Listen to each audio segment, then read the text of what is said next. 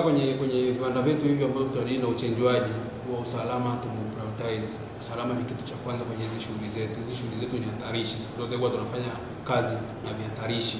Kwa hivyo usalama ni kitu ambacho tumekiprioritize, na yani wafanyakazi wetu kabla kumuingiza kwenye kazi huwa tunampatia kwanza mafunzo ya usalama. Maana kama hapa nimekuja hapa nikuonyesha yule dada ambaye nimepokea hapa ni safety officer, ni ofisa wa usalama katika eneo la kazi. Kwa hiyo ni kitu ambacho tumeprioritize.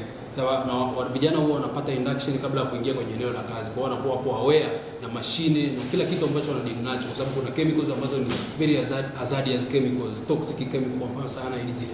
Kwa hiyo watu wanakuwa tayari tumewainduce elimu ya kuweza kudeal na hivyo mitambo na hizo chemicals. Kwa hivyo kuja kuangalia kwenye upande wa usalama, hatujawahi kupata janga lolote hapa ambalo linasababishwa na hizo mitambo au misuse ya chemicals, kwa sababu tunazihandle properly na vijana wote wamekuwa educated kuhusiana na chemicals na hizo mitambo, namna kudili nazo. Katika utunzaji wa mazingira pia hiyo ni jukumu, tuseme ni kitu kimojawapo ambacho kinatuguide, kwa sababu kazi zetu hizi zinadili na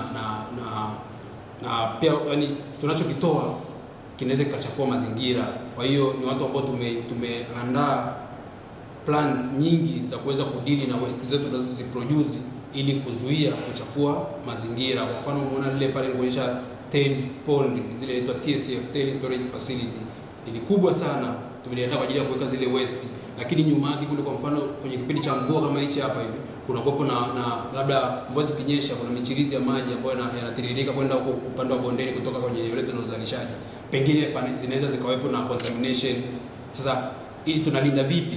Ni kwamba tumechonga mitaro ambayo inapeleka kwenye trench moja kubwa nyuma ya eneo letu lote. Tumezungusha trench ambapo michirizi ya maji yoyote ambayo yanatoka eneo la plant yanakuwa contained kwenye pondi moja na haiwezi kuspill kwenda kwenye mazingira.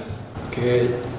Jamii iliyotuzunguka inanufaika kwa vitu vingi. Kwa mfano kuna kitu kinaitwa CSR ambao huwa tunalipa kwenye kila mwaka kwa ajili ya kusaidia maendeleo ya jamii iliyotuzunguka. Kwa mfano kwenye kujenga labda shule huwa tunachangia niweza tofali au simenti, ndo kwa namna hiyo. Na pia kama kuna hafla yote ambayo iko kwenye jamii inayotuzunguka huwa wanakuja kutuletea maombi kwamba kuna kitu 1 2 3 kinafanyika, kwa hivyo tunaomba mchango wenu. Sisi kama kampuni huwa tunasaidia, tunatoa michango, na shughuli zote za kimaendeleo ambazo za hii jamii iliyotuzunguka huwa tunasaidia nao, tunachangiana nao na maendeleo yanaendelea kufanyika.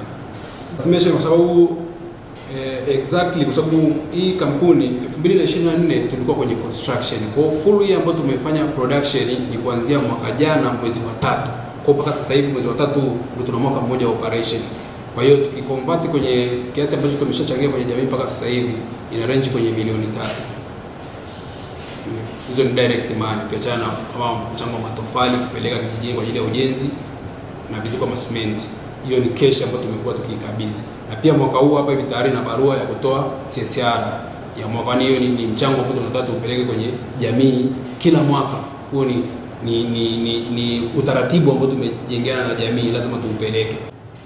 Ukija kuangalia kwenye swala la ajira, tunaenda ni 90% ya wafanyakazi wa hapa ni wa kutoka eneo hili, yani ni wafanyakazi kwenye kijiji hichi.